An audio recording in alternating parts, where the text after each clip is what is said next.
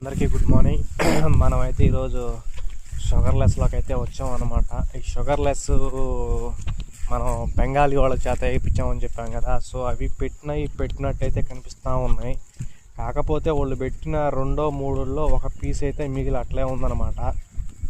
So ఇప్పుడు ఆ పీసులు మనకి ఎప్పుడు వస్తాయి ఏంటి అని చాలామంది ఆందోళన అయితే చెందుతూ ఉన్నారు. సో అవైతే ఒకసారి చూద్దాం. పూర్తిగా బెంగాలీ వాళ్ళు పెట్టిన బతికిపోయినట్టయితే ఉన్నాయన్నమాట. చూడండి, కొన్ని ముట్టుకు సింగిల్ పీస్గా మిగిలిపోయినాయి అనమాట. ఇవి మనం నాటాంలే, ఈ జిగురు 4-5 ఉన్నాయంటే మనం తర్వాత వేసాము. సో చూడండి, అక్కడక్కడ ఒక్కోటి ఉంటుంది.